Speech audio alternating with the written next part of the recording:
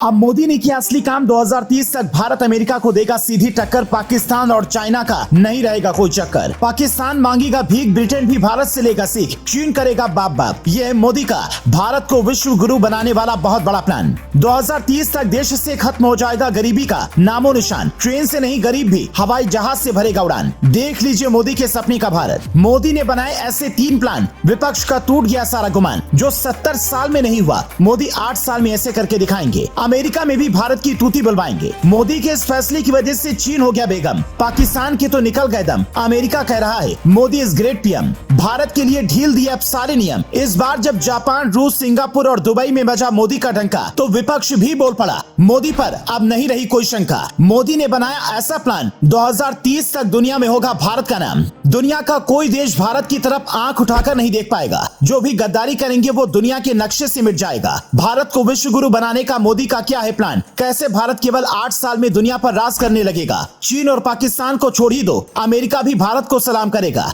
जिस अमेरिका ने 2005 में कह दिया था कि हम नरेंद्र मोदी को अपने यहाँ आने के लिए वीजा नहीं देंगे, उसी के राष्ट्रपति अब मोदी के आगे पीछे घूम रहे हैं। ये तस्वीर थोड़ी पुरानी है, लेकिन इसकी भी चर्चा करनी जरूरी है, ताकि आप आसानी से समझ सकें कि 2014 के बाद से मोदी अब तक भारत के लिए क्या क्या कर चुके हैं। अमेरिका के राष्ट्रपति कभी पाकिस्तान के प्रधानमंत्री से फोन पर बात करना पसंद नहीं करते थे, लेकिन इस तस्वीर को देखिए। ये तस्वीर G20 शिखर सम्मेलन के दौरान की है, जिसमें अमेरिका के राष्ट्रपति गर्मजोशी के साथ मोदी से हाथ मिलाते हुए दिखाई दे रहे हैं। जब वो मोदी से मिलते हैं तो सबसे पहले हाथ मिलाते हैं, फिर ऐसे गले मिलते हैं जैसे कोई पुराना दोस्त सामने आ गया हो। मोदी के हाथों पर हाथ रखे अमेरिका के राष्ट्रपति की यह तस्वीर पहले भी चर्चा का विषय बनी थी, क्योंकि ये वो दौर था जब अमेरिका मोदी को वीजा तक नहीं देना चाहता था, और एक आज का दौर है जब उसके राष्ट्रपति भारत की प्रधानमंत्री से मिलने के लिए आतुर दिखाई देते हैं। लेकिन मोदी ने सिर्फ 9 साल में भारत की तस्वीर कैसे बदल दी, उसे समझना जरूरी है। जब 2014 में नरेंद्र मोदी प्रधानमंत्री बने तो उनके सामने कई सारी बड़ी चुनौतियां मौजूद थी। बड़े बड़े वादे करके भारतीय जनता पार्टी सत्ता में आई, लेकिन मोदी के लिए 70 साल वाली खाई को भरकर न्यू इंडिया का सपना देखना बिल्कुल भी आसान नहीं था। इसलिए मोदी ने सबसे पहले प्लानिंग की भारत को डिजिटल इंडिया बनाने की। अमेरिका और ब्रिटेन जैसे देश पहले ही डिजिटल बन चुके थे, लेकिन भारत जैसे देश में इसकी कल्पना करना भी किसी सपने जैसा था। लेकिन इसके बावजूद मोदी सरकार ने इस पर काम किया, और इसकी शुरुआत जनता को बैंकों से जोड़ने से हुई। और इसके लिए मोदी सरकार ने 28 अगस्त 2014 को देश की जनता को बैंकिंग से जोड़ने के लिए जनधन योजना की घोषणा की। इस योजना के तहत करीब 31.5 करोड़ लोगों के खाते खोले गए, और जैसे ही मोदी ने इस काम को पूरा किया, उन्होंने तुरंत उज्ज्वला योजना की शुरुआत कर दी,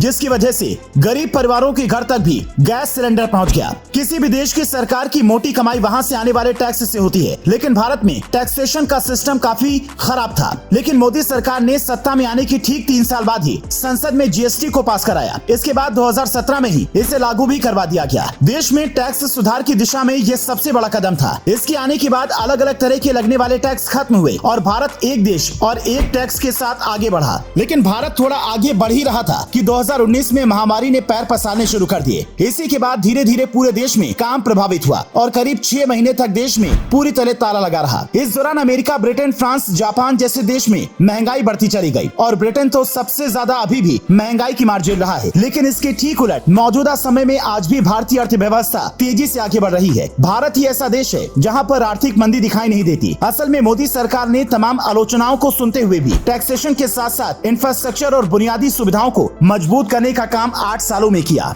महामारी के दौरान मोदी सरकार के लिए मजबूत फैसलों की विपक्ष ने जमकर आलोचना की, लेकिन इसके बाद भी मोदी सरकार नहीं झुकी, जिसका नतीजा है कि आज देश तरक्की की तरफ बढ़ रहा है। लेकिन इसके ठीक उलट अगर बात करें मोदी के भारत को विश्व गुरु बनाने की, तो ये कैसे संभव हो सकता है, इसे भी समझ लीजिए। कोई भी देश तभी ताकतवर होता है जब वो आर्थिक रूप से ज्यादा मजबूत हो। दूसरे नंबर पर किसी भी देश की सेना बहुत ही ज्यादा मायने रखती है। अर्थव्यवस्था के मोर्चे पर तो मोदी सरकार ने काम किया ही, साथ ही सेना को भी पिछले 8 सालों में मजबूत करने का काम किया। हमारी सेना ने सर्जिकल और एयर स्ट्राइक के जरिए ये बता दिया कि भारत पारंपरिक लड़ाई के साथ साथ मॉडर्न लड़ाई में दुनिया की पेशेवर सेनाओं में से एक है। उरी घटना के बाद 28 दिसंबर 2016 को दुनिया का आधा हिस्सा सो रहा था, और भारतीय सेना की स्पेशल फोर्स पाकिस्तान के नापाक मंसूबों का मुंहतोड़ जवाब दे रही थी। भारतीय कमांडोज पाकिस्तान की कब्जे वाले हिस्से में दुश्मन के लॉन्च पैड्स पर निशाना बनाकर उन्हें तबाह कर रहे थे। इसके बाद पुलवामा में जो हुआ, उसके जवाब में भारतीय वायुसेना ने 26 26 फरवरी को बालाकोट एयर स्ट्राइक से पाकिस्तान को मुंहतोड़ जवाब दिया।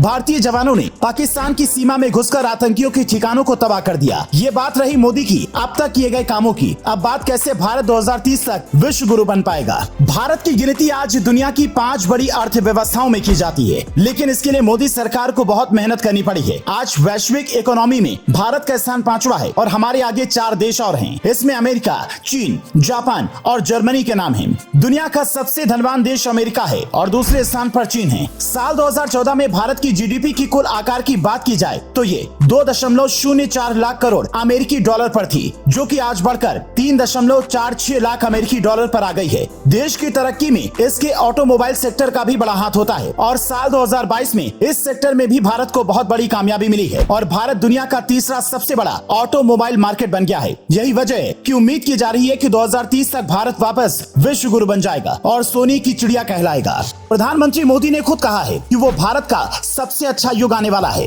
प्रधानमंत्री मोदी ने खुद कहा है कि भारत का सबसे अच्छा युग आने वाला है। अब मोदी सरकार का पूरा मकसद सेना को मजबूती देने का है, साथ ही देश में अर्थव्यवस्था को अमेरिका के बराबर खड़ा करने का, क्योंकि मौजूदा समय में भारतीय अर्थव्यवस्था तेजी से ऊपर जा रही है। अगर अब सही फैसले किए गए तो इसमें कोई दो राय नहीं कि भारत 2030 तक बहुत बड़ा कमाल करके दुनिया में कई देशों को पीछे छोड़ सकता है। अर्थव्यवस्था को मजबूत करना है, सेना की ताकत को बढ़ाना है, देश के युवाओं को रोजगार देते हुए इंडस्ट्री लगानी है। मोदी के 2030 से पहले ये 3 बड़े प्लान हैं। अगर ये प्लान कामयाब होते हैं तो इसमें कोई दो राय नहीं कि भारत दुनिया पर राज करेगा। दोस्तों, क्या आपको लगता है कि 2030 तक प्रधानमंत्री मोदी भारत को विश्व गुरु बना पाएंगे? कमेंट करके जरूर अपनी राय बताएं। हमें आपके कमेंट का इंतजार रहेगा।